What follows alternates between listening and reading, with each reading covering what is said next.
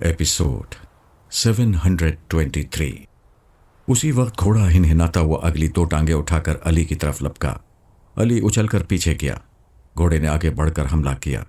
वो उसके हमलों से बचते हुए लगाम को पकड़ना चाहता था ताकि लगाम के जरिए उसे काबू में रखे, लेकिन घोड़ा अपने करीब आने का मौका नहीं दे रहा था।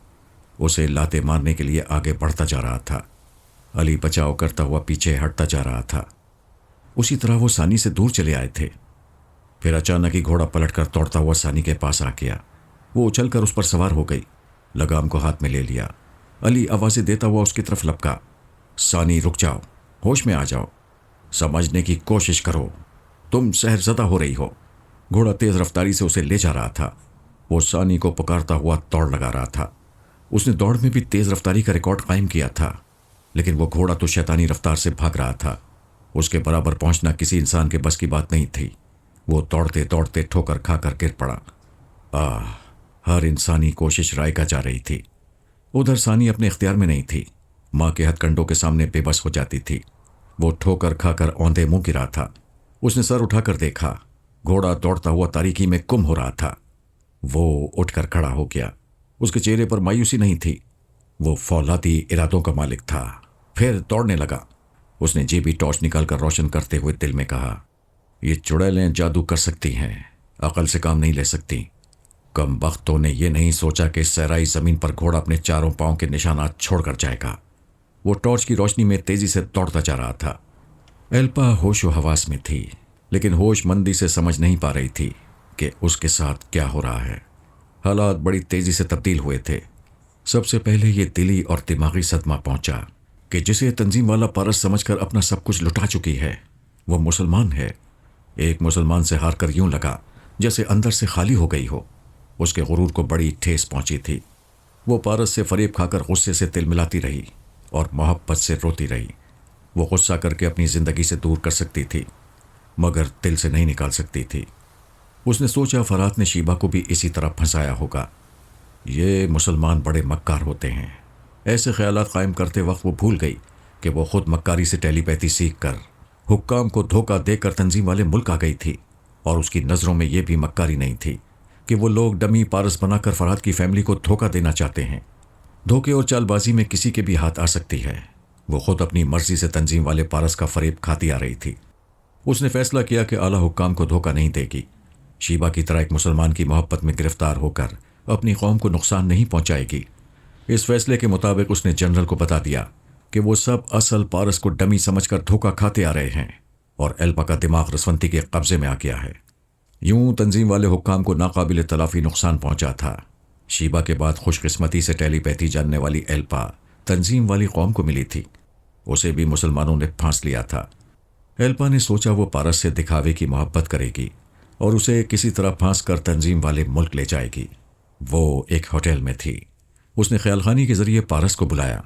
उसने कहा, जब तक तुम जनरल के चोर ख्यालात पढ़कर मेरी माँ शीबा की बेगुनाही और मसलूमियत का यकीन नहीं करोगी, मैं तुम्हारे पास नहीं आऊँगा। वो पारस को अपने करीब लाने के लिए मजबूरन जनरल के चोर ख्यालात पढ़ने लगी तो उस पर ऐसे हक़ाइक़ का इंकिशाफ हुआ जिनके मुताल्लिक़ वो कभी सोच भी नहीं सकती थी। सबसे दिल तोड़ने वाला इंकिशाफ ये था कि जनरल उसे शीबा की तरह बेमौत मारने का इरादा कर चुका था। उसके चोर ख्यालात ने चुगली खाई कि एल्पा को पारस से निजात नहीं मिलेगी। वो शीबा की तरह मुसलमानों की हिमायत करेगी तो उसे गोली मारती जाएगी। जनरल जिसे बेटी कहता था, उसकी मौत का फैसला दिल में कर चुका था। एल्पा को अपनी हैसियत दो कौड़ी की लगी। वो काम आती रही तो बेटी है, किसी मुसीबत में गिरफ्तार हो जाए और निजात हासिल न कर सके तो सजाए मौत पाने वाली दुश्मन है। फिर ये इंकिशाफ हुआ कि शीबा की तन्हाइयों में फरहाद की एक डमी को भेजा जाता था। जब शीबा को पता चला कि अपने ही तंजीम वाले अकाबरीन की साजिश से उसकी इज्जत लूटी गई है तो वो है वाली जिंदा न रह सकी। उसने खुदकुशी कर ली। एल्पा की समझ में आ गया कि तंजीम वाले मुल्क वापस जाएगी तो उसकी इज्जत भी महफूज नहीं रहेगी। उस पर पहले की तरह भरोसा नहीं किया जाएगा। ये कितनी जलालत थी कि जहां शीबा की इज्जत लूटी गई थी वही शाही महल एल्पा को रिहाइश के लिए दिया गया था। इन तमाम हक़ाइक़ ने उसे बागी बना दिया। साफ समझ में आ गया कि शीबा फरहाद से और उसके बेटे पारस से बेइंतहा मोहब्बत क्यों करती थी। आज तकदीर ने उसी पारस से एल्पा को मोहब्बत करना सिखा दिया था। वो बड़ी देर तक भटकती रही थी। تھالی کے बैंगन کی तरह کبھی اپنے تنظیم والوں کی طرف جاتی تھی، کبھی مسلمان پارس کے لیے اپنے دل کی دھڑکنوں کو سنبھال نہیں پاتی تھی۔ آخر جنرل کے چور خیالات نے اسے اچھی طرح سمجھا دیا کہ وہ تنظیم والے ملک جائے گی اور اسی شاہی محل میں رہے گی تو ایک دن شیبہ کی طرح ماری جائے گی۔ اسے پارس کی پیار بھری پناہ میں رہنا چاہیے۔ اس نے پارس کو اپنے پاس بلا لیا، اس کے لیے نیا لباس پہنا، خوب سنگھار کیا، اسے اتنا پیار دیا، اتنا ٹوٹ کر پیار کیا کہ پارس بھی حیران رہ گیا۔ اس نے پوچھا، آج تمہیں کیا ہو گیا ہے؟ آج مجھے نئی زندگی مل رہی ہے۔ پہلے میں تمہیں آنکھوں سے دیکھتی تھی، آج عقل سے دیکھ رہی ہوں۔ میں نے اپنے اندر کی مغرور عورت کو مار ڈالا ہے۔ تم جنرل کے چور خیالات پڑھنے کو نہ کہتے تو مجھے کبھی عقل نہ آتی۔ میں سمجھ گئی ہوں کہ شیبہ ممی پر کتنا ظلم ہوا تھا، یہی ظلم مجھ پر بھی ہو سکتا ہے۔ میں کبھی تنظیم والے ملک نہیں جاؤں گی۔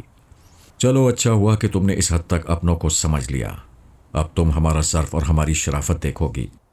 ہم کبھی تمہاری قوم کے خلاف تمہیں نہیں بھڑکائیں گے۔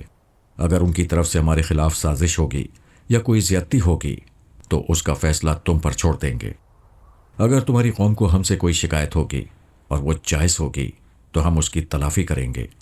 تم جیسا چاہو گی ویسا ہی ہوگا۔ پارس، تم بہت اچھے دیانتدار ہو، لیکن میں بری اور بے وقوف ہوں۔ مجھ سے ایک حماقت ہو گئی ہے۔ کیسی حماقت؟ میں نے جنرل کو تمہارے خلاف رپورٹ دی ہے اور اسے بتا دیا ہے کہ تم ڈمی نہیں اصل ہو، اور میرے دماغ پر ماما رسونتی نے قبضہ جما لیا ہے۔ وہ سوچ میں پڑ گیا۔ میں نے پوچھا، کیا ناراض ہو گئے؟ نہیں، تم بہت اچھی اور سچی ہو۔ تم نے غلطی کی مگر سچائی سے اعتراف کر لیا۔ ہماری تنظیم میں چالباز غنڈے اور خطرناک قاتل ہیں اور تم پر حملہ کریں گے۔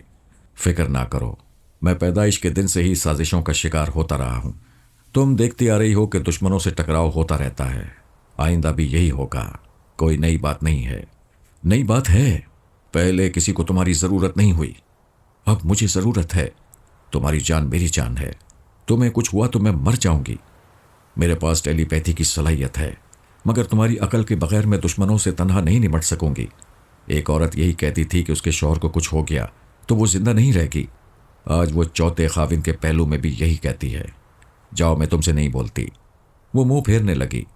تم بڑے مطلبی ہو۔ مطلبی کا مطلب ہے اپنی ضرورت کو طلب کرنے والا، اور عورت ہمیشہ طلب کرنے والوں کو ہی دل میں طلب کرتی ہے لیکن منہ سے انکار کرتی ہے۔ دیکھو تم انکار کرنے والی ہو۔ وہ ہنسنے لگی، کمرہ بھی اس کی ہنسی سے گونجنے لگا۔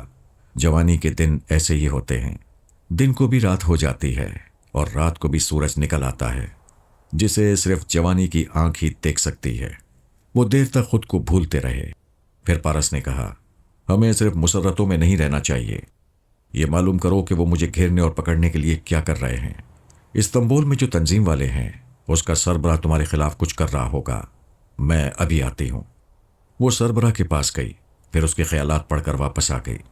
پارس سے کہنے لگی، اس تنظیم کے سربراہ کوئی خفیہ تنظیم والے کی طرف سے ہدایت دی گئی ہے کہ کوئی پارس کا سامنا نہ کرے۔ بڑی ہوشیاری سے چھپ کر ایلپا اور پارس پر نظر رکھی جائے۔ پارس نے پوچھا، تم خفیہ تنظیم والوں کے بارے میں کیا جانتی ہو؟ شاید تم مجھ پر بھروسہ نہ کرو اور تمہیں یقین نہ آئے۔ میں نے پہلی بار اس خفیہ تنظیم کا نام سنا ہے۔ مجھے یقین ہے، یہ خیال دل سے نکال دو کہ میں تم پر بھروسہ نہیں کرتا ہوں۔ کیا تم مجھ پر اندھا اعتماد کرتے ہو؟ ہاں، جھوٹ کسی کا بھی ہو، مجھ سے زیادہ دیر چھپا نہیں رہتا۔ آئندہ تم کبھی دھوکہ دو گی تو میرا اعتماد کمزور پڑ جائے گا۔ وہ گلے کا ہار بن کر قسمیں کھانے لگی کہ ہمیشہ اس کا اعتماد قائم رکھے گی۔ پھر وہ چونک کر کہنے لگی، اوہ، یاد آیا، جب میں جنرل کے چور خیالات پڑھ رہی تھی تو اس نے کسی گولڈن برین کا ذکر کیا تھا۔ اس نے میرا اور تمہارا معاملہ گولڈن برین کے حوالے کیا ہے اور یہ دعویٰ کیا ہے کہ وہ میرے دماغ سے تمہاری ماما رسونتی کو نکال دیں گے۔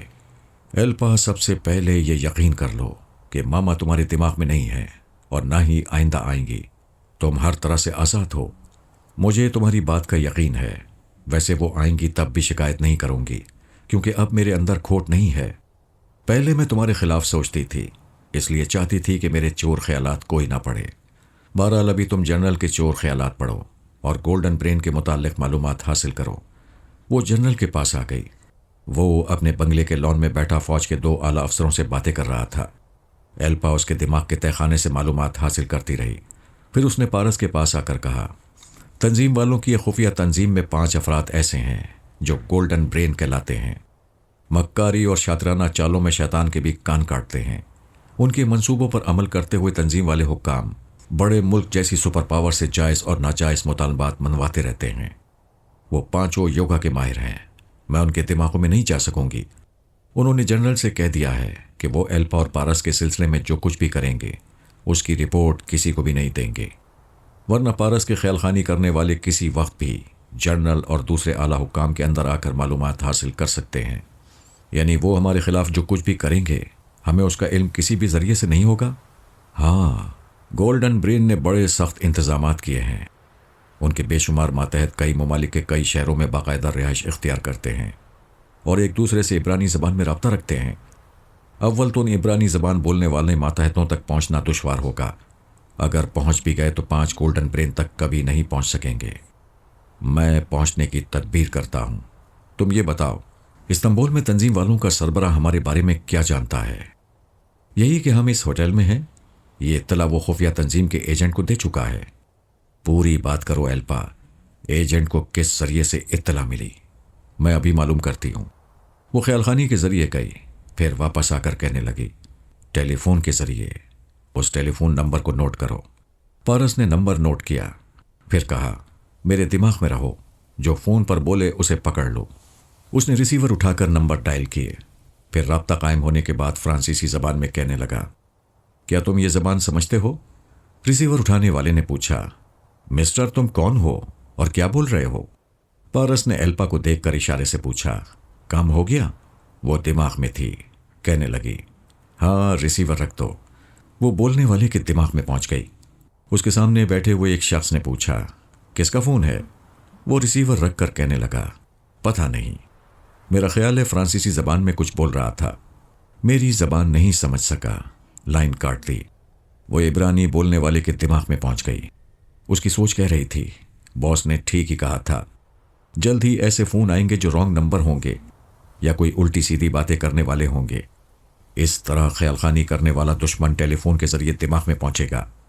ایلپا پہنچ ہی گئی تھی، اس کے دماغ کو کریت رہی تھی۔ پھر پارس کے پاس آ کر کہنے لگی، تمہارا دماغ کتنی تیزی سے کام کرتا ہے۔ تم نے خفیہ تنظیم کے ایک ایجنٹ تک مجھے پہنچا دیا ہے۔ یہ ایجنٹ اپنی تنظیم کے سربراہوں کو گولڈن برین کی حیثیت سے نہیں جانتا ہے۔ میں اس طرح سمجھ رہی ہوں کہ ایسے تمام ایجنٹوں کو عبرانی بولنے کی تاکید کی گئی ہے۔ کوئی خاص بات معلوم ہوئی؟ ہاں، بہت ہی خاص بات ہے۔ پچھلی رات جو چال میں تمہارے خلاف چلنے والی تھی، وہی چال یہ چلنے والے ہیں۔ ہوٹل کے کچن میں ان کا ایک خاص آدمی انتظار کر رہا ہے کہ ہم لنچ کا آرڈر دیں گے یا ڈائننگ ہال میں چلے جائیں گے تو کھانے پینے کی چیزوں میں اعصاب کمزور کرنے والی دوا ہمیں کھلائی جائے گی۔ تمہیں کیوں کھلائی جائے گی؟ ان کا خیال ہے کہ میں تنظیم والے ملک واپس جانے سے انکار کر سکتی ہوں، لہٰذا کسی ہیل و حجت کے بغیر وہ تمہارے ساتھ مجھے بھی اغوا کر کے وہاں پہنچانا چاہتے ہیں۔ تم یہ معلوم کرو، دوا کتنے پاور کی ہے، اس کا رد عمل کیا ہوتا ہے اور کتنی دیر رہتا ہے۔ وہ پھر چلی گئی۔ پارس نے ریسیور اٹھا کر مجھ سے رابطہ کیا، مجھے اپنے حالات بتائے۔ میں نے پوچھا، کیا خیال ہے، شکار ہونا چاہتے ہو؟ جی ہاں، خود کو ان کے حوالے کرنے سے گولڈن برین کے 2-4 ایجنٹ سامنے آ جائیں گے۔ ٹھیک ہے، لنچ کا آرڈر دو، میں وہاں پہنچ رہا ہوں۔ اس نے گفتگو کے دوران ایک مخصوص اشارہ کیا۔ میں ریسیور رکھ کر اس کے دماغ میں آ گیا۔ وہ ایلپا سے کہہ رہا تھا، لنچ کا آرڈر دو، فون پر روم سروس کا انچارج بولے گا، تم اس کے ذریعے اس شخص تک پہنچ سکتی ہو جو ہمارے کھانے میں کوئی دوا ملانے والا ہے۔ وہ لنچ آرڈر دینے کے لیے فون کرنے لگی۔ پارس نے سوچ کے ذریعے کہا، آپ آنٹی کو بلائیں، یہاں تمام ایجنٹ عبرانی بولتے ہیں، آپ ان کے دماغوں میں نہیں جا سکیں گے۔ میں دماغی طور پر حاضر ہو کر اپنے کمرے سے نکلا، ہوٹل سے باہر آ کر کار میں بیٹھ گیا، پھر لیلا کے پاس آ کر کہنے لگا، پھول کھلتے ہیں۔ وہ سر جھکا کر کہنے لگی، آپ مجھ سے دور کسی ویرانے میں جانے والے تھے، ہم سب سے رابطہ ختم کر رہے تھے، اب کیوں آئے ہیں؟ میں کئی بار آ چکا ہوں، ایک بار تم بے ہوش تھیں، دوسری تیسری بار ہوش میں رہنے کے باوجود تم نے مجھے محسوس نہیں کیا۔ بے ہوشی کے باعث دماغ کمزور ہو گیا تھا، تم نے ایک نادان بچی جیسی حرکت کی تھی، میری سمجھ میں نہیں آ رہا تھا آپ کو دور جانے سے کیسے روکوں۔ یہ میری خوش قسمتی ہے کہ تم مجھے اس قدر چاہتی ہو، اور یہ تمہاری بد نصیبی کہ میں اپنے مقدر کے حوالے سے ہرجائی ہوں۔ اس نے بتا دیا تھا کہ میرا ذائچہ اور میرے ستارے بتاتے ہیں کہ میں کبھی ایک گھر اور ایک عورت کے سائے میں نہیں رہوں گا۔ ہرجائی بن کر رہنا میرے مقدر میں ہے۔ میں نے پوچھا تھا، جب وہ جانتی ہے کہ میں ایک دن اس سے بھی دور چلا جاؤں گا تو میری زندگی میں کیوں آ رہی ہے؟ اس نے جواب دیا تھا، یہ بھی مقدر کا کھیل ہے۔ اس کے ستارے کہتے ہیں کہ میں ہی اس کی زندگی کا پہلا اور آخری مرد ہوں۔ مقدر کا یہ فرمان اس لیے بھی درست معلوم ہوتا ہے کہ میں موت کے منہ سے واپس آ گیا۔ چونکہ اس کی زندگی میں داخل نہیں ہوا تھا، اس لیے تقدیر کا تمام لکھا ہوا پورا کرنے سے پہلے مر نہیں سکتا تھا۔ اس بیچاری نے مجھ سے دور رہنے میں اچھی خاصی عمر گزاری تھی اور اب تقدیر سے لڑتے لڑتے تھک گئی تھی۔ مجھے اس پر ترس آ رہا تھا۔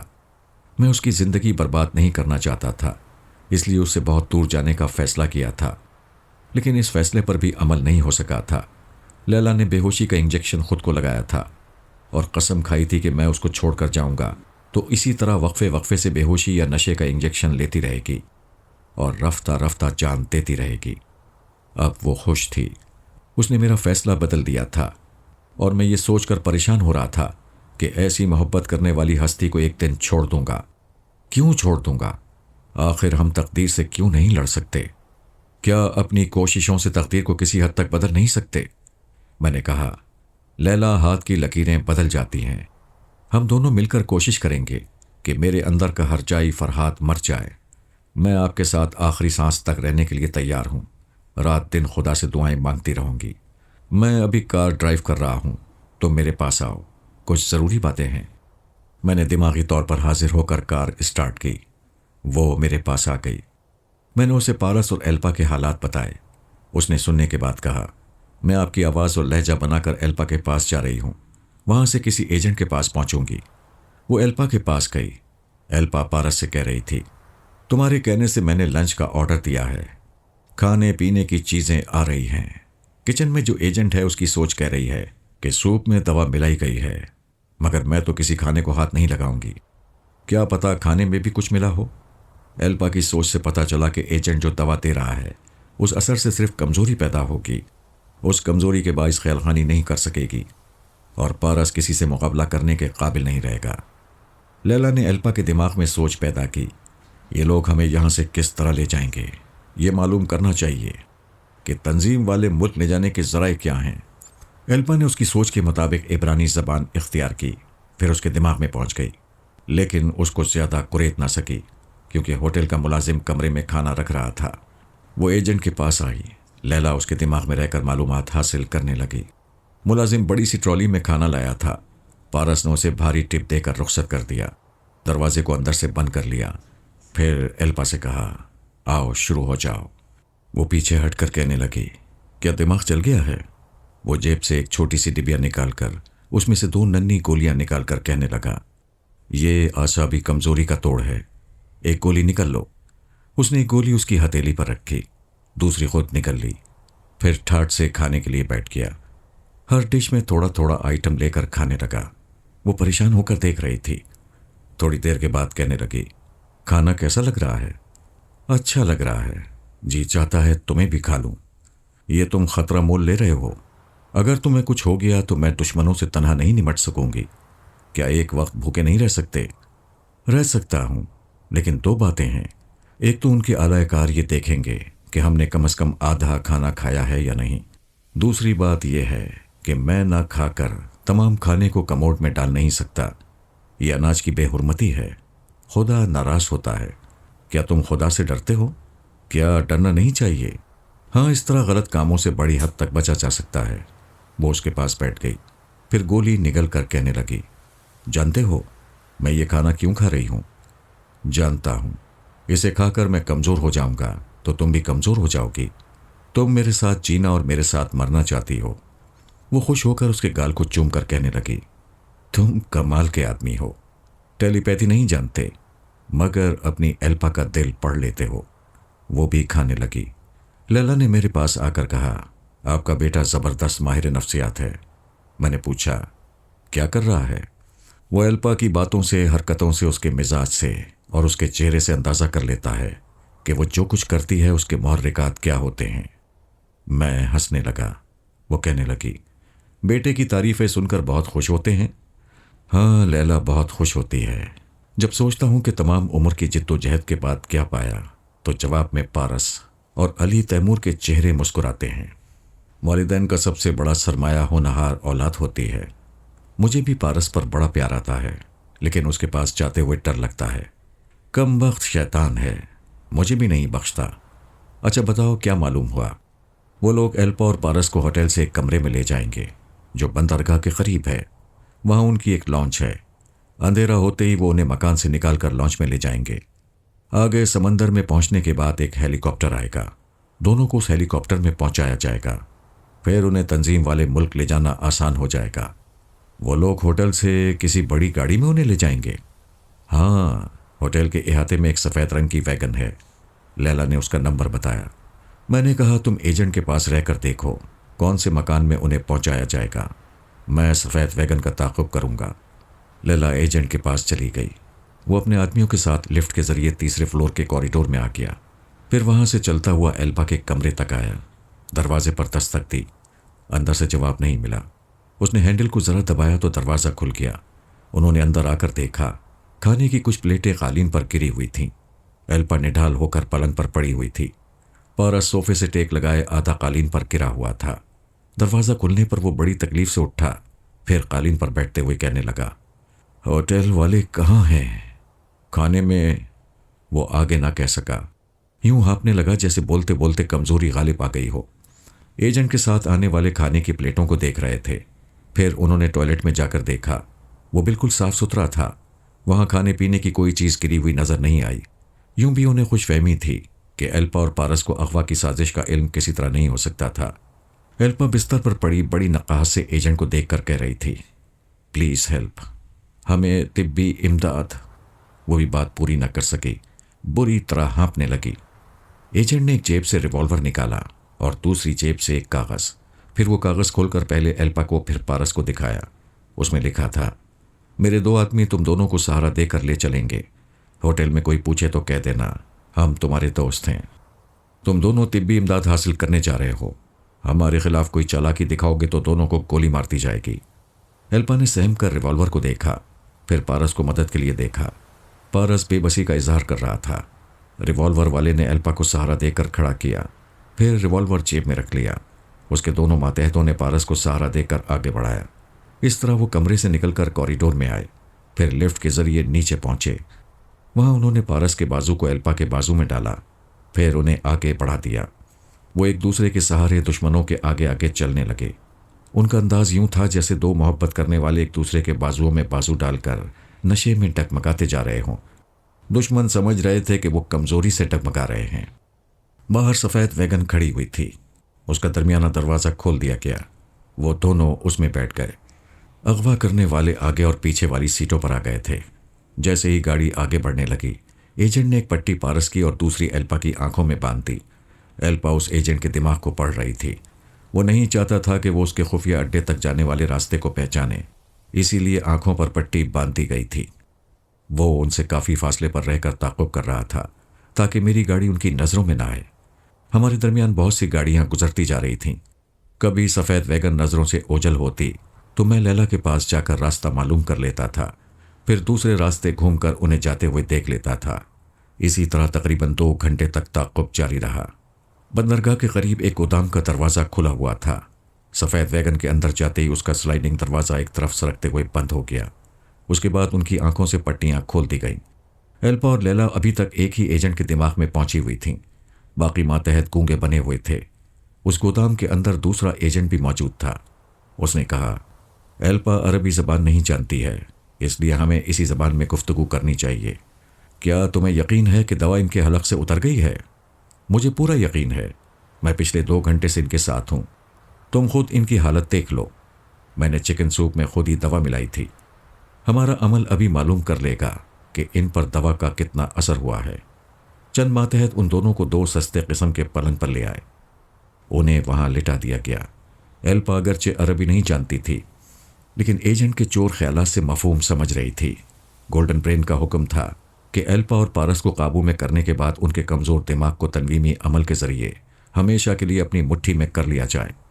एल्पा को ये मालूम हुआ तो वो परेशान हो गई। उसने ख्याल खानी के ज़रिए पारस से कहा, ये लोग तनवीमी अमल के ज़रिए हमें ताबेदार बनाना चाहते हैं। क्या तुम इस आमिल के मामूल बन जाना पसंद करोगे? हरगिज़ नहीं। तो फिर कुछ करो, आखिर हम कब तक जानबूझकर कैदी बने रहेंगे? तुम खामखा परेशान हो रही हो। आमिल आए तो बदस्तूर कमज़ोरी जाहिर करती रहना। जाहिर है वो टेलीपैथी नहीं जानता होगा, सामने आकर हिप्नोटिज्म के माहिरों की तरह अमल करेगा। तुम उसकी तसल्ली के लिए मामूला बन जाना, उसके हर हुक्म की तामील पर राज़ी हो जाना, अमल के आखिर में दिमाग को हिदायत देकर तनवीमी नींद सो जाना। मैं भी यही करूँगा। लेकिन हम कब तक कैद में रहेंगे? हम कैदी नहीं हैं। तुम परेशान क्यों हो जाती हो? हमें यहाँ इंतज़ार करना चाहिए। हो सकता है कोई गोल्डन ब्रेन हमारे सामने आ जाए। मैंने रसवंती के लहजे में पारस से कहा, बेटे मैं तुम्हारी माँ बोल रही हूँ। तुम्हारे दिमाग से एल्पा की बातें सुन रही हूँ। तुम दोनों जे मॉर्गन को भूल रहे हो। कोई गोल्डन ब्रेन उसे अमल के लिए तुम्हारे दिमागों में भेज सकता है। एल्पा ने कहा, मैंने जे मॉर्गन को अपना मामूल बना रखा है, वो मेरे दिमाग में नहीं आएगा। मैंने कहा, बेटी तुम भूल रही हो। पास्कल ने तुम्हारे चोर ख्यालात पढ़े थे। उसे मालूम हुआ होगा कि तुमने मॉर्गन को अपना मामूल बना रखा है। वो तुम्हारी सोच के लहजे में मॉर्गन के अंदर गया होगा और फिर उसने तुम्हारे तनवीमी अमल का तोड़ किया होगा। मैं अभी जाकर मालूम करती हूँ। उसने ख्याल खानी की परवाज़ की। जे मॉर्गन के पास पहुँचते ही उसने सांस रोक ली। वो पारस के पास आकर कहने लगी, मामा ने ठीक कहा है, वो मेरे अमल के असर से निकल गया है। मैंने कहा, बेटी ऐसे वक्त पूरे होशो हवास में रहकर जहानत को काम में लाया करो। तुम मॉर्गन के सांस रोकने के बावजूद उसके अंदर जा सकती हो। ओ मामा, मैं कैसे जा सकती हूँ? मोटी सी अकल से समझने वाली बात है। पास्कल ने तुम्हारे लहजे में मॉर्गन के अंदर जाकर उस पर तनवीमी अमल किया होगा और तुम्हारे लहजे की जगह अपने लहजे को उसके दिमाग में नक्श किया होगा। अभी तुम खामोशी से पास्कल की सोच के लहजे में जाओ, वो तुम्हें महसूस नहीं कर सकेगा। एल्पा ने मेरी हिदायत पर अमल किया। पास्कल की आवाज़ और लहजा बनाते ही जय मॉर्गन के दिमाग में जगह मिल गई। उस वक्त वो तंजीम वाले मुल्क के फौजी हेडक्वार्टर में नज़रबंद था। जनरल उससे कह रहा था, हम तुम्हारी हिफाजत के लिए तुम्हें यहाँ लाए हैं। एल्पा दुश्मनों के जाल में फंस गई है। क्या तुम उसे वापस लाने में हमारी मदद करोगे? मॉर्गन ने कहा, मैं अपने मुल्क का सच्चा और वफादार तंजीम वाला हूँ। आप हुक्म करें, मुझे क्या करना चाहिए? मॉर्गन के चोर ख्यालात कह रहे थे, उसे अपनी असलियत का पता चल गया है। एल्पा ने तनवीमी अमल के ज़रिए उसे तंजीम वाली हुकूमत का वफादार बनाया था, लेकिन पास्कल ने उस अमल का तोड़ किया तो मॉर्गन आ गया। उधर जनरल ने खुश होकर कहा, मॉर्गन तुम वाकई सच्चे तंजीम वाले हो। अभी ट्रांसमीटर के ज़रिए इत्तला मिली है कि एल्पा और पारस का दिमाग कमज़ोर हो गया है। तुम उनके अंदर जाकर उन पर तनवीमी अमल करके उन्हें तंजीम वाले मुल्क आने पर मजबूर कर सकते हो। उसने कहा, मैं अभी जाकर अमल कर सकता हूँ। क्या ख्याल खानी करने की इजाज़त है?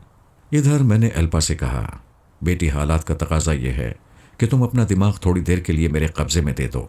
मॉर्गन आ रहा है, मैं उसे तासुर दूंगी कि तुम्हारा दिमाग कमज़ोर है, मुझसे तुम्हें कोई नुकसान नहीं पहुंचेगा। आप मेरी भी माँ हैं, मेरे पास आ जाएं।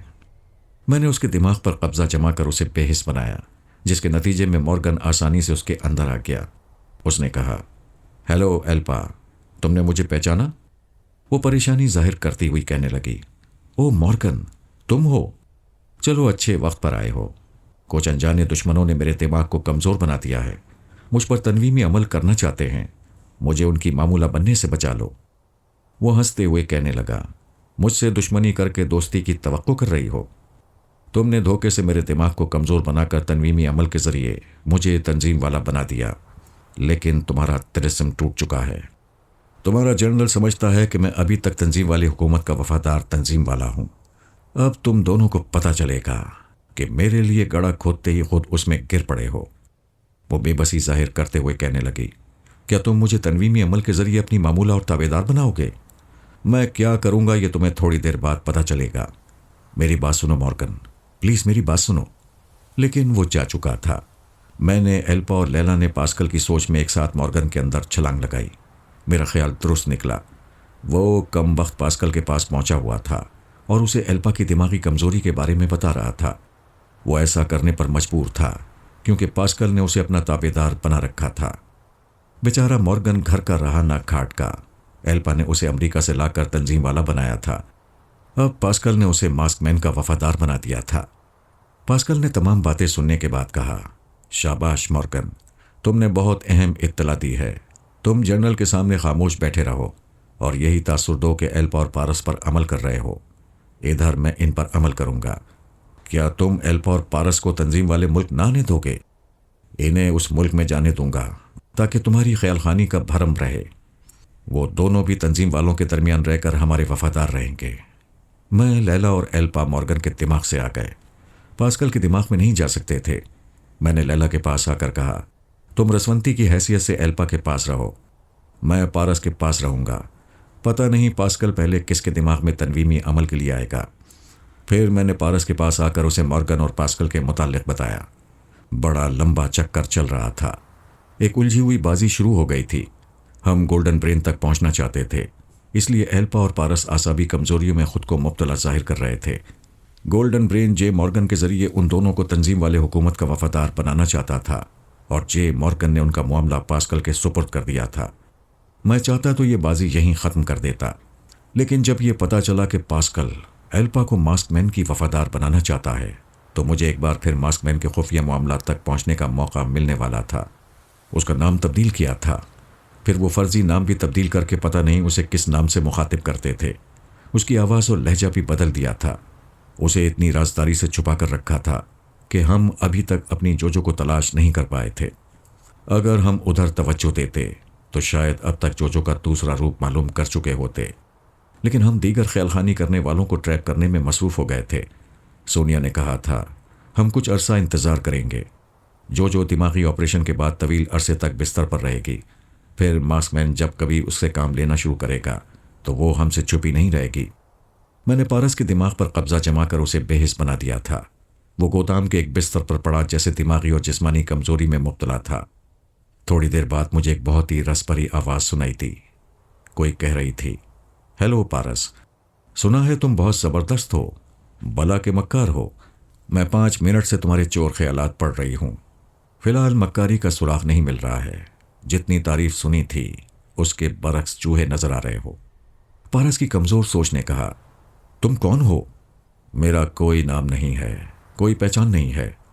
آج سے تم ساری زندگی صرف میری آواز سنتے رہو گے اور ایک غلام کی طرح میرے احکامات کی تعمیل کرتے رہو گے۔ میں تمام خیال خانی کرنے والیوں کی آواز پہچانتا ہوں، تم سب سے مختلف ہو۔ میں پہلی بار یہ آواز سن رہا ہوں۔ صرف اتنا بتا دو، تمہارا تعلق کس تنظیم سے ہے؟ تمہیں اپنے کسی سوال کا جواب نہیں ملے گا۔ دیکھو اب تم سو رہے ہو، تمہاری آنکھیں بند ہو رہی ہیں۔ وہ تنویمی عمل شروع کر چکی تھی۔ میں نے سمجھ لیا تھا کہ وہ ہماری جوجو ہے۔ اس کی سوچ کو، اس کی آواز اور لہجے کو، اس کے نام اور اس کی زندگی کو بدل دیا گیا تھا۔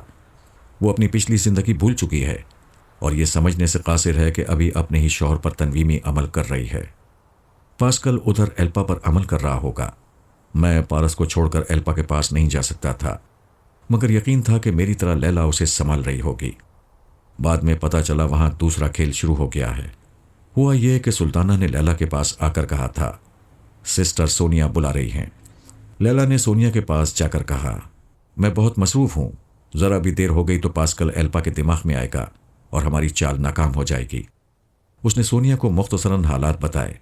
سونیا نے کہا، تم بے شک ایلپا کے دماغ پر قبضہ جمع کر رہو، لیکن اسے پاسکل کی معمولہ بن جانے دو۔ سسٹر آپ کیا کہہ رہی ہیں؟ جو کہہ رہی ہوں اس پر فوری عمل کرو۔ لیلا وہاں سے ایلپا کے دماغ میں آئی، اس پر قبضہ جما کر سوچا کہ میرے پاس آ کر سونیا ہدایت سنائے گی، لیکن وہ میرے پاس نہ آ سکی۔ ایلپا کے دماغ میں پاسکل کی آواز سنائی دے رہی تھی۔ وہ تنویمی عمل شروع کر رہا تھا۔ ایسی حالت میں وہ ایلپا کو چھوڑتی تو پاسکل کو معلوم ہو جاتا کہ ایلپا کا دماغ کمزور نہیں ہے۔ یوں لیلا نے اس کے دماغ کو کمزور بنائے رکھا۔ پاسکل کامیابی سے عمل کرتا گیا، اسے اپنی معمولہ اور تابع دار بناتا گیا۔ اس کو پتہ ہی نہیں چلا کہ اس کے ساتھ کیا ہو گیا ہے۔ اس نے اپنی دانش میں اپنا دماغ رسونتی کے قبضے میں دیا تھا اور خود اپنے آپ سے غافل ہو گئی تھی۔ میں اپنے بیٹے اور بہو کے پاس مصروف تھا۔ ہمیں آربر کے ذریعے معلوم ہو گیا تھا کہ دماغی آپریشن کے بعد وہ بچکانہ ذہن والی جوجو نہیں رہی تھی، بہت ہی سنجیدہ اور ذہین لڑکی بن گئی تھی۔ میں ابھی اس کا بدلا ہوا لہجہ سن رہا تھا۔ اس کی باتوں سے اس کی مستقل مزاجی اور قوت ارادی کا پتہ چلتا تھا۔ مجھے یقین تھا کہ میں ابھی ذرا بھی چوکتا تو وہ میرے اور پارس کے فراڈ کو پکڑ لیتی۔ برسوں سے ہماری دعا تھی کہ اللہ اس کی بچکانہ سوچ ختم کرے اور اسے پارس کے ساتھ ازدواجی زندگی گزارنے کا شعور دے۔ अब हमारी दुआ कबूल हो गई थी। कोई बात नहीं कि उसकी आवाज़ और लहजा बदला हुआ था, वो खुद बदल गई थी। हमें अजनबी समझती थी कि एक अरसे बाद हम बाप बेटे ने उसे अपने बहुत करीब पाया था। जब वो अमल मुकम्मल करके पारस को तनवीमी नींद सुलाकर चली गई तो उसने पूछा, पापा आपने उसे पहचाना? बेटे वो हमारी जान है, कैसे नहीं पहचानूंगा। यूं भी मास्कमैन के पास पास्कल के अलावा एक चोचो ही ख्याल खानी करने वाली है। मेरी तनवीमी नींद का वक्त होते ही वो अपने अमल का नतीजा देखने आएगी। अगर मैंने सांस रोक ली तो हमारी चालाकी जाहिर हो जाएगी। अपने आप को मेरे हवाले कर दो, मैं तुम पर अमल करूंगा। आप मेरे दिमाग में ये बात नक्श कर देंगे कि मैं जोजो की सोच की लहरों को महसूस नहीं करूंगा। जोजो नहीं, रोज़मेरी। उसने अभी तनवीमी अमल करते वक्त अपना नाम रोज़मेरी बताया था। हाँ, ये नाम भी बहुत प्यारा है। मैं आपकी मौजूदगी में ठंडी आहें नहीं भर सकता। बकवास ना करो, आंखें बंद करके जिस्म को ढीला छोड़ दो। उसने मेरी हिदायत पर अमल किया। मैंने अपना अमल करते हुए ये बातें उसके दिमाग में नक्श की कि वो रोज़मेरी की सोच की लहरों को महसूस नहीं करेगा, सांस नहीं रोकेगा, लेकिन लाशऊर को समझा देगा कि वो आ गई है। उसके आते ही तमाम अहम राज दिमाग के खुफिया खाने में मुंतकिल हो जाएंगे। उसके बाद मैं उसे तनवीमी नींद सोने के लिए छोड़कर लैला के पास आ गया। उसने कहा, मैं सिस्टर के पास गई थी।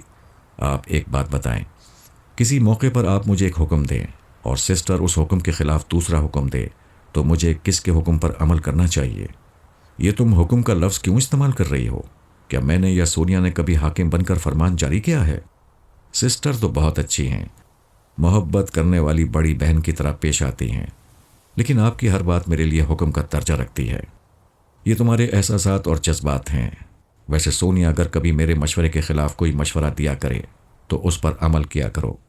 उसके पास खुदादा जहन है, वो बर्क़ रफ्तारी से जितनी दूर देखती है हम वहाँ तक नहीं देख पाते। आपने मेरे सर से एक बड़ा बोझ हटा दिया है।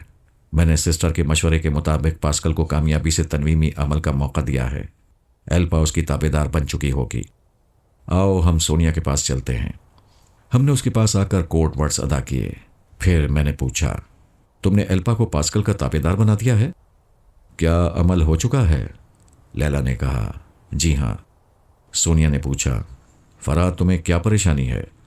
परेशानी यह है कि तुम्हारी चाल समझ में नहीं आती। यानी बुढ़ापा तारी हो गया है, अकल काम नहीं करती? उल्टी बात कर रही हो। जवानी पलट आई है। मेरे ख्यालों में और आसपास जहां तक नजर जाती है फूल ही फूल खिल रहे हैं। तुम्हें याद होगा, जवानी में अकल कम और जज्बात ज़्यादा होते हैं, इसलिए अकल का काम तुम्हारे हवाले कर दिया है। अपनी नालायकी को ना छुपाओ। आइंदा तुम पास्कल की आवाज़ और लहजे में एल्पा के पास जाया करोगे तो वो तुम्हें महसूस नहीं करेगी। इस तरह पास्कल उसे मामूला बनाकर जो भी काम लेगा तुम्हें उसकी खबर होती रहेगी। वाह, क्या शैतानी दिमाग पाया है। एल्पा जैसा अहम मोहरा दुश्मनों के हवाले कर दिया, मगर उसे अपने पास भी रखा है। लैला ने कहा, सिस्टर आपके पास आकर पता चल रहा है आप तैयारे में सफ़र कर रही हैं। कहाँ जा रही हैं? उसने जवाब दिया, सानी और अली पेरिस आ रहे थे। उनका तैयारा तूफान में भटक कर मारितीना के शुमाली सहरा में पहुंच गया था। तैयारा वापस आ गया है, लेकिन वो दोनों नहीं आए हैं। सलमान ने एक जगह की निशानदेही की है, मैं वहां जा रही हूं। हम सोनिया के दिमाग से वापस आ गए। मैं एक जगह बंदरगाह वाली सड़क के किनारे अपनी कार में बैठा हुआ था। वो लोग एल्पा और पारस को गोदाम में ले जाकर अपनी दानिश में तनवीमी अमल करा चुके थे। हमारा काम भी हो चुका था। अब उनकी तनवीमी नींद के बारे में मालूम होने वाला था कि पास्कल और जोजो क्या चाहते हैं और क्या करते हैं। उधर गोल्डन ब्रेन के एजेंट भी एल्पा और पारस को तंजीम वाले मुल्क पहुंचाने का इरादा रखते थे। लैला ने पूछा, क्या मैं जाऊं? मैं हमेशा आने को कहूँगा, जाने को किस दिल से कहूँ? मैं ज़्यादा रहूँगी तो बेजार होकर कह देंगे। हरगिज़ नहीं, कोई मुसर्रतों को अपने घर से रुखसत नहीं करता। मगर हाँ, तुम बहुत देर से मसरूफ़ हो। मैं तुम्हें आराम करने को ना कहूँ तो ये ज़्यादती होगी। अच्छा, 2 घंटे बाद आऊँगी। मैं बेचैनी से इंतज़ार करूँगा। वो खुदा हाफिज़ कहकर चली गई। मैंने एक होटल में आकर खाने पीने में वक्त गुजारा। गोल्डन ब्रेन के एजेंट के दिमाग में जाकर मालूम किया।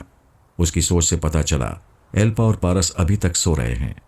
गोल्डन ब्रेन ने हुक्म दिया है कि दोनों को रात 9 बजे तक लॉन्च में पहुंचा दिया जाए। मैंने घड़ी देखी, 7 बज रहे थे। अंधेरा हो चुका था, अभी 2 घंटे इंतज़ार करना था। मैं 1 घंटे बाद एल्पा के दिमाग में जाना चाहता था। लैला ने आकर कहा, मुझे आने में देर हो गई। मैंने सोचा था कि एल्पा के पास आने से पहले एल्पा की खबर लूं। वहाँ पास्कल के लहजे में गई तो वो मौजूद था। एल्पा उसकी मामूला बनकर उसे बता रही थी कि वो गोल्डन ब्रेन के एजेंटों की कैद में है। उसने ये भी बताया होगा कि वो और पारस आसाबी कमजोरी में मुब्तला नहीं हुए थे और उन्होंने दवा मिला हुआ सूप नहीं पिया था। दोनों ने सूप पिया था, इसलिए एल्पा ने सूप पीने की बात बताई है। पास्कल को यकीन हो गया है कि इसी वजह से तनवीमी अमल कामयाब रहा है। अब वो क्या चाहता है? वो गोल्डन ब्रेन के एजेंटों को अगवा के सिलसिले में नाकाम बनाना चाहता है। एल्पा को हुक्म दे रहा था कि एक दूसरा हेलीकॉप्टर आएगा और उसे रोमानिया ले जाएगा। इसका मतलब है कि मास्कमैन के और गोल्डन ब्रेन के आदमियों में टकराव होगा। शायद गोल्डन ब्रेन के तमाम आदमियों से टकराव ना हो, क्योंकि मास्कमैन का हेलीकॉप्टर 1 घंटे पहले आने वाला है। आप ज़रा गौर करें, उनके झगड़े में हमारे पारस को नुकसान ना पहुंचे। हम ज़रा ये देखें कि जो पारस के पास आकर क्या कहती है। लैला मेरे दिमाग में थी। मैंने पारस के पास पहुंचकर कहा, मैं तुम्हारी मामा रसवंती बोल रही हूं। मामा आप बाद में आए, मैं एल्पा से ज़रूरी बातें करूंगा। मैं समझ गया उसके दिमाग में जो है। मैंने वापस आकर जो का मौजूदा लहजा इख्तियार किया, फिर उसके दिमाग में गया। वो और जो मुझे महसूस ना कर सके। जो पूछ रही थी, क्या एल्पा से तुम्हारे इतने गहरे ताल्लुकात हैं कि तुम माँ को दिमाग से निकाल देते हो? मैंने ऐसा पहली बार किया है। तुम्हारी मौजूदगी को छुपाने के लिए मुझे यही बात सुझाई दी थी। तुम जानते हो मैं कौन हूं? मैं नहीं जानता। पता नहीं क्यों तुम्हारी आवाज़ से मुतासिर हूं। जी चाहता है तुम्हारी एक आवाज़ पर जान कुर्बान कर दूं। क्या मेरे लिए एल्पा को छोड़ सकते हो? हाँ, छोड़ दूंगा, मगर मेरा दिल दुखेगा। मैं अपने ताबेदार का दिल नहीं दुखाऊंगी। तुम्हारे लिए एक हेलीकॉप्टर आएगा, उसमें एल्पा भी तुम्हारे साथ जाएगी। तुम मुझे कहाँ ले जाना चाहती हो? मुझसे सवाल ना करो। मैं तुम्हें पहले बता देता हूँ कि हेलीकॉप्टर मुझे ना ले जा सकेगा। हमारी सोनिया मम्मा हम दोनों भाइयों को इजाज़त के बगैर ससुराल जाने नहीं देती। मैंने सोनिया की मुकम्मल हिस्ट्री पढ़ी है, उसकी वीडियो रिपोर्ट भी देखी है।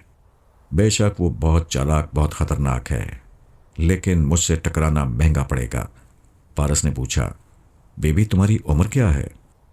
मुझसे इस अंदाज में गुफ्तगू ना करो, वरना दिमाग में जल्जला आ जाएगा। मैं तो तुम्हारी भलाई की बात कर रहा हूं। तुम जल्जले को दावत क्यों दे रही हो? अगर मैं सोनिया का गुरूर खाक में मिला दूं तो मैं तुमसे शादी कर लूंगा। You shut up. मैं 1 घंटे बाद आऊंगी, फिर जैसा कहूंगी तुम वैसा ही करते रहोगे। मैंने कभी लड़कियों का दिल नहीं दुखाया। वो जैसा कहती हैं वैसा ही करता हूं। मैंने तुम्हारी भी हिस्ट्री पढ़ी है। तुम्हें इसलिए बर्दाश्त कर रही हूं कि तुम पैदाइशी ठीठ और बेशरम हो। वो चली गई। मैं भी दिमागी तौर पर हाजिर हो गया। लैला ने कहा, पारस उसका मामूल नहीं बने, हम उसे कहीं जाने से रोक दें, लेकिन एल्पा का क्या बनेगा? हम उसे जाने देंगे और कोशिश करेंगे कि वो मास्कमैन का एतमाद हासिल करती रहे। हमने पारस को अभी तक एल्पा के मुताल्लिक कुछ नहीं बताया है। मैं फिर पारस के पास आया, कोड वर्ड्स अदा किए। उसने कहा, आप समझ गए होंगे मैंने आपको दिमाग से जाने के लिए क्यों कहा था। हाँ, समझ गया था। दूसरी बार जो के मौजूदा लहजे में आया था। तुम दोनों मुझे महसूस ना कर सके। चले, अच्छा है, आपने सुन लिया कि वो हेलीकॉप्टर के जरिए मुझे और एल्पा को कहीं पहुंचाना चाहती है। मैंने तमाम बातें सुनी हैं। तुम नहीं जाओगे, लेकिन एल्पा जाएगी। कोई ख़ास बात है? हाँ, हमने एल्पा को पास्कल की मामूला और ताबेदार बना दिया है। आइंदा मैं उसके दिमाग में जाकर मालूम करता रहूँगा कि मास्कमैन उससे क्या काम ले रहा है। क्या उसके जाने से तुम्हें अफसोस होगा? मैं कोई आशिक नहीं हूँ। एल्पा बहुत अच्छी है और जब तक हमारे लिए अच्छी रहेगी, हम दुश्मनों के मुल्क में भी उसके लिए जान की बाजी लगाते रहेंगे। उससे कभी मिलता रहूँगा, कभी बिछड़ता रहूँगा, लेकिन उसे शिकायत का मौका नहीं दूंगा। मास्कमैन के आदमी तुम दोनों को ले जाने आएंगे। तुम जो की मर्जी के मुताबिक उनके साथ जाओगे। तुम्हें उनसे छुड़ा कर ले आना मेरा काम है। ओके पापा। मैं दिमागी तौर पर हाजिर होकर गाड़ी ड्राइव करता हुआ उस गोदाम के करीब आया जहां एल्पा और पारस को कैद किया गया था। लैला पास्कल का लहजा इख्तियार करके एल्पा के पास आ गई। उसकी सोच में कहा, मैं किसी आमिल के हुक्म के मुताबिक हेलीकॉप्टर में जाऊंगी, क्या पारस से जुदा हो जाऊंगी? इस सोच के तहत उसने पारस को देखकर कहा, अगर मैं कहीं जाऊंगी तो तुम भी मेरे साथ जाओगे ना? وہ پارس کے بستر پر آ گئی۔ پارس نے پوچھا، تم کہاں جاؤ گی؟ پتہ نہیں، ایک ہیلی کاپٹر میرے لیے آئے گا۔ وہ کہنے لگا، پھر تو عجیب سی بات ہے، میرے لیے ایک ہیلی کاپٹر آئے گا، میں تمہارے ہیلی کاپٹر میں جاؤں گی۔ روزمیری یہی کہہ رہی تھی کہ تم میرے ساتھ جاؤ گی۔ یہ روزمیری کون ہے؟ پتہ نہیں کون ہے، میں نے پہلی بار اپنے اندر اس کی آواز سنی ہے۔ وہ آتی ہے تو میں سانس نہیں روک سکتا۔ میرے اندر پاسکل آتا ہے۔ میں پہلے پاسکل سے کتنی نفرت کرتی تھی، مگر اس کا دماغ میں آنا اچھا لگتا ہے۔ اس کی ہر بات میرے لیے قابل قبول ہوتی ہے۔ کیا وہ مجھ سے زیادہ اچھا لگتا ہے؟ تم سے اچھا کوئی ہو نہیں سکتا۔ میرا دل، میری دنیا سب تمہارے لیے ہے، لیکن پاسکل ایک باس کی حیثیت سے اچھا لگتا ہے۔ اس کی ہر بات ماننے کو جی چاہتا ہے۔ تم بتاؤ، کیا روز میری مجھ سے زیادہ حسین ہے؟ میں نے اسے دیکھا نہیں ہے، صرف اس کی آواز سنی ہے۔ ویسے میری آنکھیں کہتی ہیں کہ تم سے زیادہ حسین کوئی نظر نہیں آتی ہے۔ اس نے خوش ہو کر اپنا سر اس کے شانے پر رکھ دیا۔ اسے پاسکل کی آواز سنائی دی۔ وہ کہہ رہا تھا، تیار رہو، ہمارے آدمی پہنچ رہے ہیں، تمہیں ساتھ لے جائیں گے۔ وہ کہنے لگی، میں پارس کے ساتھ جاؤں گی۔ ہاں، یہ بھی تمہارے ساتھ جائے گا۔ ادھر جو پارس سے کہہ رہی تھی، ہمارے آدمیوں سے تعاون کرو، وہ تم دونوں کو ایک لانچ میں پرنس آئی لینڈ لے جائیں گے، وہاں ایک ہیلی کاپٹر تمہارے لیے موجود رہے گا۔ اچھی بات ہے آنٹی۔ تم مجھے آنٹی کیوں کہہ رہے ہو؟ تم نے مجھے اپنی عمر نہیں بتائی ہے، اس لیے تمہیں کیا کہوں؟ کچھ کہنے کی ضرورت نہیں ہے، اپنا کام کرتے رہو۔ بولو کیا کروں؟ گودام کا دروازہ اندر سے بند ہے، اسے کھولو۔ اس نے الفا سے سرگوشی میں کہا، ایجنٹ کے دماغ سے کام لو، دروازہ کھولنے پر مجبور نہ کرو۔ وہ ایجنٹ کے پاس گئی۔ لیلا دوسرے ایجنٹ کے دماغ میں آ گئی۔ ایک نے الفا کی مرضی کے مطابق آگے بڑھ کر دروازہ کھولا، دوسرے ماتحت نے اعتراض نہیں کیا کیونکہ لیلا اسے قابو میں رکھے ہوئی تھی۔ گودام کا گیٹ کھلتے ہی کچھ لوگ اندر آ گئے۔ 2 افراد کے پاس ریوالور تھے، اس میں سائلنسر لگے ہوئے تھے۔ انہوں نے دونوں ماتحتوں اور ان کے اعلی کاروں کو گولیاں مار دیں۔ پھر ایک نے الفا اور پارس سے کہا، کم آن، ہری اپ۔ وہ دونوں بستر سے اٹھ کر تیزی سے چلتے ہوئے گودام سے باہر آ گئے۔ مسلح افراد نے ان کے لیے گاڑی کا دروازہ کھول دیا۔ پارس جلدی کا مظاہرہ کرتے ہوئے ایک مسلح شخص سے ٹکرا گیا۔ اس شخص نے کہا، مسٹر، گھبرانے کی ضرورت نہیں ہے، آرام سے چلو۔ اس طرح پارس نے مجھے ایک شخص کی آواز سنائی۔ اس سے پہلے ایک اور شخص نے انہیں جلدی چلنے کے لیے کہا تھا۔ اس طرح لیلا کو اس کے دماغ میں بھی جگہ مل گئی تھی۔ وہ اپنی بڑی سی گاڑی میں بندرگاہ کے ایک دور افتادہ حصے کی طرف جا رہے تھے۔ ہمیں اس لانچ کا نام معلوم ہو گیا جس میں وہ پرنس آئی لینڈ جانے والے تھے۔ میں ان سے پہلے اس لانچ میں پہنچ گیا۔ اس کا مالک خود پائلٹ تھا، اس کے ساتھ ایک اسٹیورڈ بھی تھا۔ ماسکمین کے آدمیوں نے اس لانچ کو کرائے پر حاصل کیا تھا۔ میں نے اس کے مالک سے مصافحہ کرتے ہوئے پوچھا، کیا مجھے پرنس آئی لینڈ پہنچا سکتے ہو؟ اس نے کہا، سوری، یہ لانچ ریزرو ہو چکی ہے۔ میں نے اس کے دماغ پر قبضہ جمایا۔ اس نے میری مرضی کے مطابق اسٹیورڈ سے کہا، میں اس اجنبی مسافر کو اپنا بھائی بنا کر لے جاؤں گا۔ میرا خیال ہے کہ لانچ ریزرو کرانے والوں کو اعتراض نہیں ہوگا۔ اسٹیورڈ نے کہا، آپ مالک ہیں، اصولاً کسی کو اعتراض نہیں ہونا چاہیے۔ میں نے کہا، تم مجھے بھائی نہیں، ایک اور اسٹیورڈ ظاہر کرو، اس طرح وہ لوگ مجھے غلام سمجھ کر برداشت کر لیں گے۔ میں نے $200 جیب سے نکال کر دیے۔ لانچ کا مالک خوش ہو کر میرے شانے تھپکتے ہوئے کہنے لگا، کسی کا باپ بھی تمہیں لانچ سے جانے کو نہیں کہے گا۔ اسی وقت ان کی گاڑی ساحل پر آ کر رکی۔ اس میں سے الفا اور پارس مسلح آدمیوں کے ساتھ باہر آ گئے، پھر لانچ میں پہنچے۔ وہ تعداد میں 5 تھے۔ ان میں سے ایک نے مجھے دیکھ کر پوچھا، یہ کون ہے؟ یہ بھی اسٹیورڈ ہے، مگر تم نے تو کہا تھا کہ تمہارا ایک ہی ملازم ساتھ جائے گا۔ میں کچھ بیمار ہوں، اس لیے دوسرے کو ساتھ لے جا رہا ہوں۔ بائی دی وے، تمہیں اعتراض کیوں ہے؟ تم نے کہا تھا تمہارے ساتھ کوئی غیر قانونی سامان نہیں ہوگا۔ میرا یہ ملازم تمہیں کیا دکھائی دے رہا ہے؟ ایک نے ریوالور دکھاتے ہوئے کہا، ہم پولیس والوں کو بھی گولی مار سکتے ہیں، لیکن اس کی ضرورت نہیں پڑے گی۔ ہمارا یہ سفر واقعی غیر قانونی نہیں ہے، اب دیر نہ کرو، چلو۔ میں نے اور اسٹیورڈ نے لنگر اٹھایا۔ مالک نے اسٹیورڈ کی حیثیت سے لانچ کو اسٹارٹ کیا، پھر ہم کھلے سمندر میں جانے لگے۔ میں اور لیلا 2 افراد کے دماغوں میں پہلے ہی پہنچ گئے تھے۔ لانچ میں آ کر میں نے تیسرے شخص کے دماغ میں پہنچنا چاہا تو اس نے سانس روک لی، پریشان ہو کر ادھر ادھر دیکھنے لگا۔ پھر عرشے کی ریلنگ کے پاس آ کر اس نے جیب سے ٹرانسمیٹر نکالا، اس کے ذریعے کسی سے کچھ کہنے لگا۔ وہ ماسک مین سے یا استنبول کے باس سے کہہ رہا ہوگا کہ کوئی اس کے دماغ میں آنا چاہتا تھا۔ وہ خطرے کا سگنل دے رہا ہوگا۔ جب اس نے ٹرانسمیٹر کو آف کیا تو میں جوجو کا لہجہ اختیار کر کے پارس کے دماغ میں پہنچا۔ جو وہاں پہلے سے موجود تھی اور پارس سے پوچھ رہی تھی، کیا تمہاری ماں کو معلوم ہو چکا ہے کہ میں تمہیں کس لیے لے جا رہی ہوں؟ وہ میرے دماغ میں آتی جاتی رہتی ہیں، وہ سب کچھ جانتی ہیں۔ تھوڑی دیر پہلے پوچھ رہی تھی کہ کیا میں ذہنی طور پر کسی کا غلام بن گیا ہوں۔ میں نے انکار کیا، لیکن وہ میری بات پر بھروسہ نہیں کر رہی ہیں۔ تمہاری ماں میرے ایک آدمی کے دماغ میں آنا چاہتی تھیں، اسے منع کرو، میں کسی کی مداخلت پسند نہیں کروں گی۔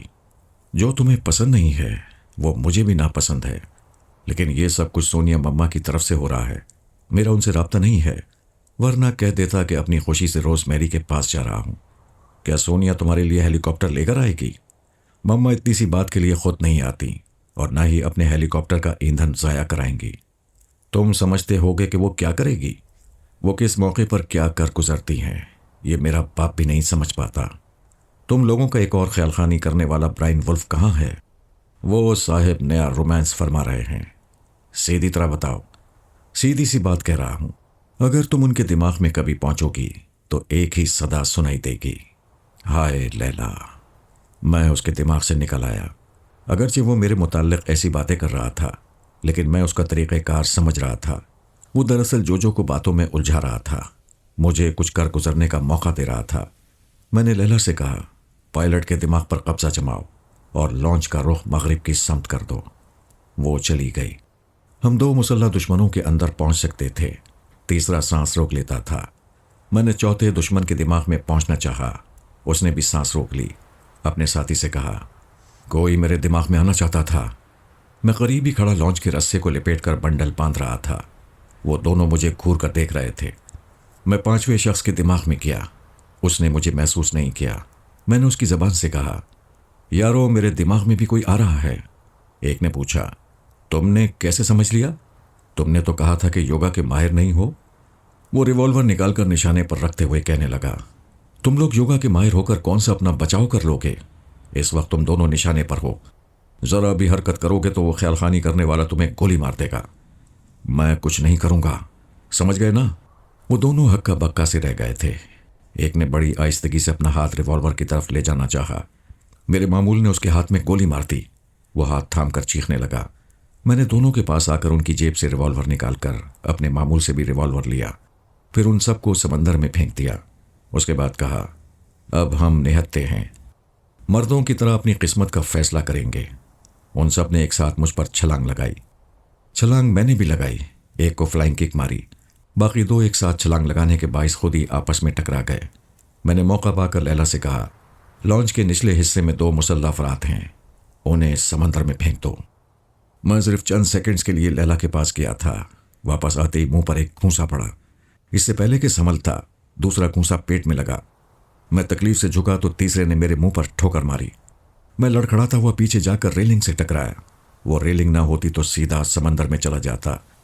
وہاں ٹکراتے ہی ایک دشمن نے مجھ پر چھلانگ لگائی۔ میں نے فوراً بیٹھ کر اسے دونوں ہاتھوں سے اپنے سر کے اوپر سے پھینکا۔ اس کے حلق سے چیخ نکل گئی۔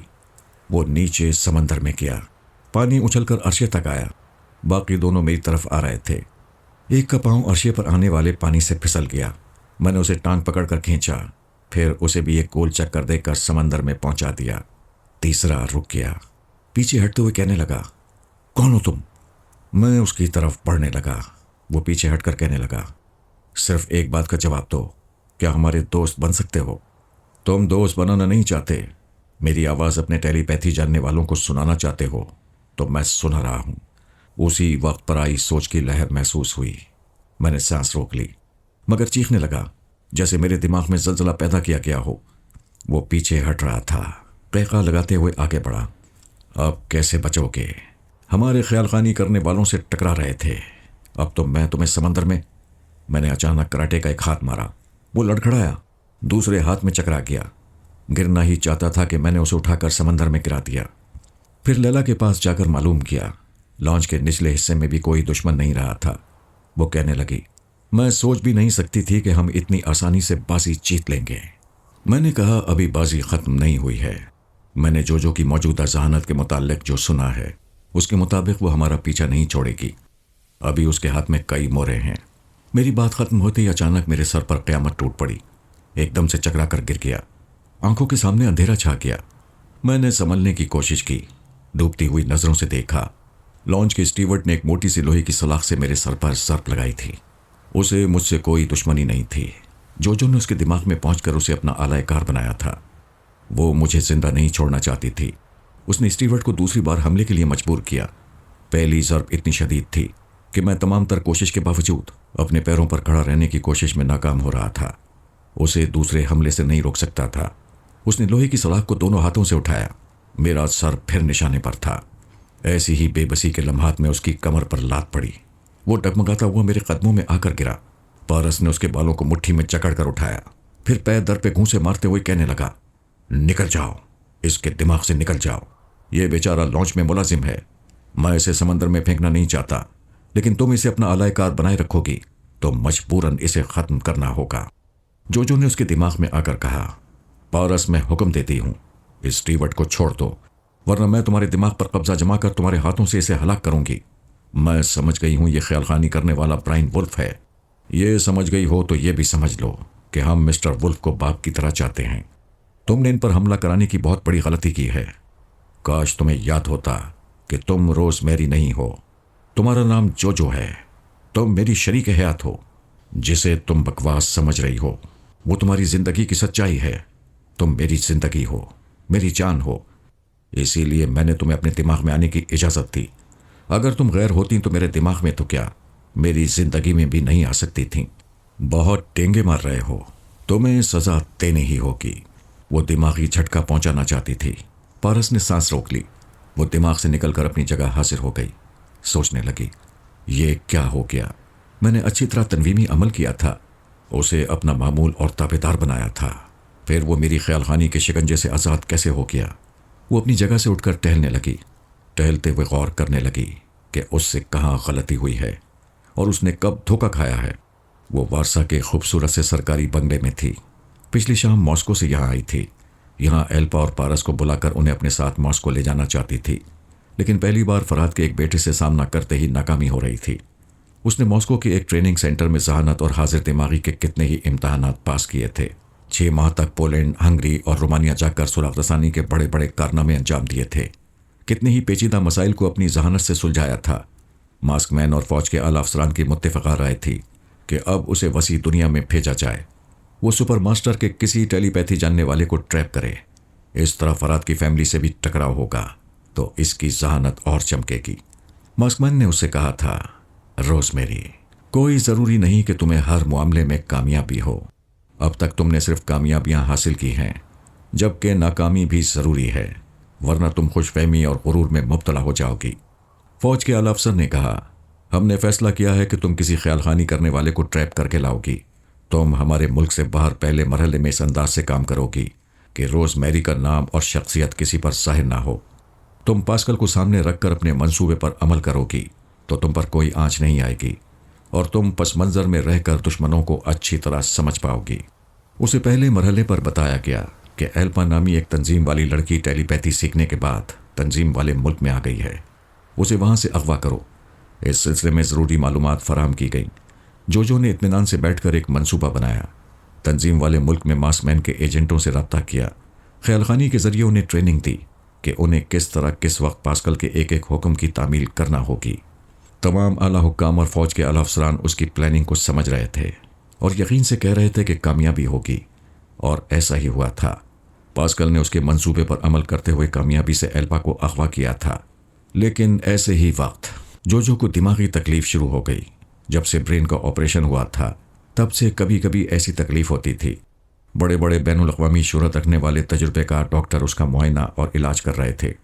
डॉक्टरों का मुत्तफ़िक़ा फ़ैसला था कि उसे 2 दिन तक मुकम्मल आराम करना चाहिए। मेडिकल एडवाइज़र के मुताबिक उसे एल्पा के केस से अलग कर दिया गया। उनका ख्याल था कि पास्कल कामयाबी से एल्पा को सरहद पार करा चुका है। अब लबनान से उसे लेकर आना कुछ दुश्वार नहीं होगा। लेकिन पास्कल की बदकिस्मती थी कि कुछ उससे काम बिगड़ गया, कुछ पारस ने काम बिगाड़ दिया। फिर भी आला हुक्काम और फौज के आला अफसरान ने जोजो की जहानत और तरीक़ेकार का एतराफ़ किया था। फिर जोजो ने डॉक्टरों के मशवरे के मुताबिक 2 दिन तक आराम किया। उसने मास्कमैन से कहा, मेरे मंसूबे के मुताबिक जे मॉर्गन हमारी मुट्ठी में है। तंजीम वाले हुक्काम एल्पा से महरूम होने के बाद मॉर्गन से कोई अहम काम लेंगे। मैं उसके दिमाग में रहकर मालूम करूंगी कि वो एल्पा को तंजीम वाले मुल्क लाने के लिए क्या करते हैं। उसने यही किया। जे मॉर्गन से पता चल गया कि एल्पा और पारस किसी तरह बंदरगाह के गोदाम में लाए जाएंगे। इस बार जोजो ने कहा, मैं खुद अमली मैदान में पेश रहूंगी। पास्कल एल्पा पर तनवीमी अमल करेगा और मैं पारस को अपना ताबेदार बनाऊंगी। मास्कमैन ने कहा, मुझे तुम्हारी कामयाबी का यकीन है, मगर अब इस बात की तस्दीक हो गई है कि वो डमी पारस नहीं है, असल है, और तुम असली का पूरा रिकॉर्ड पढ़ चुकी हो। वीडियो फिल्मों में उसकी हरकतें देख चुकी हो। एक नसीहत करता हूँ, उसे तरने वाला न समझना, उस पर गालिब आ जाओ। कामयाबी का मुकम्मल यकीन हो जाए तब भी हर पहलू से गौर करती रहना कि कहीं तुम्हारी कोई कमज़ोरी तो नहीं रह गई है। ये ऐसे लोग हैं जिन्हें मारकर कब्र में सुला दो तो वहाँ से भी उठकर चले आते हैं। अब वो सरकारी बंगले के बेडरूम में टहल रही थी और सोच रही थी, वाकई मैंने पारस को तनवीमी अमल के ज़रिए उसके दिमाग की कब्र में सुला दिया था और वह वहाँ से उठकर मेरा मुंह चढ़ा रहा है। मैं जीती हुई बाजी हारने वाली हूँ। क्या मैं सचमुच हार जाऊंगी? अपनी गैर मामूली जहानत का सबूत नहीं दे सकूंगी? यूं देखा जाए तो वो हार चुकी थी। पारस ख्यालखानी की मुट्ठी में से फिसल गया था। अब वो जितनी बार भी पकड़ी जाएगी वो फिसलता जाएगा। उसने आईने के सामने आकर खुद को देखा। उसके तेवर बता रहे थे कि वो अब बचकाना जहन रखने वाली जोजो नहीं है, बल्कि ज़िद्दी, ज़हीन और शिकस्त ना तस्लीम करने वाली लड़की है, और वो शिकस्त को फतह में बदल कर रहेगी। वो आईने के सामने फर्श पर पलथी मारकर बैठ गई। उसने योगा के एक आसन में सांस रोक ली। 1 मिनट, 2 मिनट, 10 मिनट तक सांस रुकी रही। फिर 12 मिनट गुजर गए। वो सांसों के बगैर एक लाश की तरह बैठी रही। फिर 15वें मिनट पर आहिस्ता आहिस्ता सांस छोड़ने और सांस लेने लगी। वो दीदे फैलाए सामने अपने अक्स को देख रही थी, सोच रही थी और देख रही थी। थोड़ी देर बाद वो मुस्कुराने लगी। उसी वक्त पास्कल ने आकर कोड वर्ड्स अदा किए। फिर कहा, मास्कमैन और फौज के आला अफसरान तुम्हें तलब कर रहे हैं, तुम चलो, मैं आ रही हूँ। उसके जाते ही वो भी फौज के एक अफसर के दिमाग में पहुंचकर कहने लगी, मैं हाजिर हूँ और कैप्टन मिखाइल की ज़बान से बोल रही हूँ। मास्कमैन ने पूछा, रोज़मेरी, नाकामी कैसे हुई? वो कहने लगी, किसने कहा है कि नाकामी हुई है? पास्कल ने एक फौजी अफसर की ज़बान से कहा, मैं पास्कल अपनी आंखों से लॉन्च में अपने तमाम आदमियों को मरते देख चुका हूँ। पारस और एल्पा के पास सिर्फ एक ब्राइन वुल्फ रह गया है। उसका रास्ता रोकने के लिए हमारा कोई आदमी वहाँ नहीं है। एल्पा और पारस हमारे हाथों से निकल रहे हैं। जोजो ने कहा, मैदान जंग में तमाम सिपाही मर जाएं तब भी चालाकी से जंग जीती जा सकती है। आप पास्कल से पूछे हमारे तमाम आदमियों के मरते ही वो यहाँ क्यों वापस आ गया। मैं यहाँ रिपोर्ट देने आया था। मैं एल्पा केस की इंचार्ज हूँ। तुम मेरी इजाज़त के बगैर क्यों आए? क्या तुम ये कहना चाहती हो कि मैं ना आता तो हम अपने आदमियों के मरने के बाद भी कामयाब हो जाते? कामयाब हो जाते नहीं, हो गए हैं। तुम ये भूल गए कि हम अपने आदमियों से महरूम होकर किसी दूसरे को आलायकार बना सकते हैं। मैंने लॉन्च के स्टीवर्ड को आलायकार बनाकर ब्राइन वुल्फ को बेहोश कर दिया है। उस लॉन्च में अब भी बाजी हमारे हाथ आ सकती है। मास्कमैन ने कहा, बेशक तुमने ब्राइन वुल्फ को जख्मी और बेहोश करके बाजी पलट दी है। अब बताओ, वो ख्यालखानी करने वाली एल्पा यहाँ कैसे आएगी? मैं अभी बताती हूँ। पहले पास्कल से दरख्वास्त करती हूँ कि हमारा जो हेलीकॉप्टर प्रिंस आइलैंड में है उसके पायलट के पास जाए और हेलीकॉप्टर को लॉन्च की तरफ लाए। मैं एल्पा को उसमें सवार कराऊंगी। मैं जा रहा हूँ। पास्कल चला गया। जोजो ने कहा, मास्कमैन ने मुझे नसीहत की थी कि फरहाद की फैमिली मेंबर बहुत ख़तरनाक हैं, उनसे दूर रहना चाहिए। मैंने उस पर तनवीमी अमल करने के बाद सोचा है कि यह धोखा भी हो सकता है। अगर हम उसे यहाँ कैदी बनाकर लाएंगे तो किसी दिन इंकिशाफ होगा कि वो मेरा मामूल नहीं था, हमें धोखा दे रहा था। इसलिए मैं पारस को यहाँ नहीं लाऊंगी। पहले उसे मुख्तलिफ मराहिल में आजमाऊंगी। अगर उसका दिमाग सचमुच मेरी मुट्ठी में होगा तो वो मुझसे बचकर कहीं नहीं जाएगा।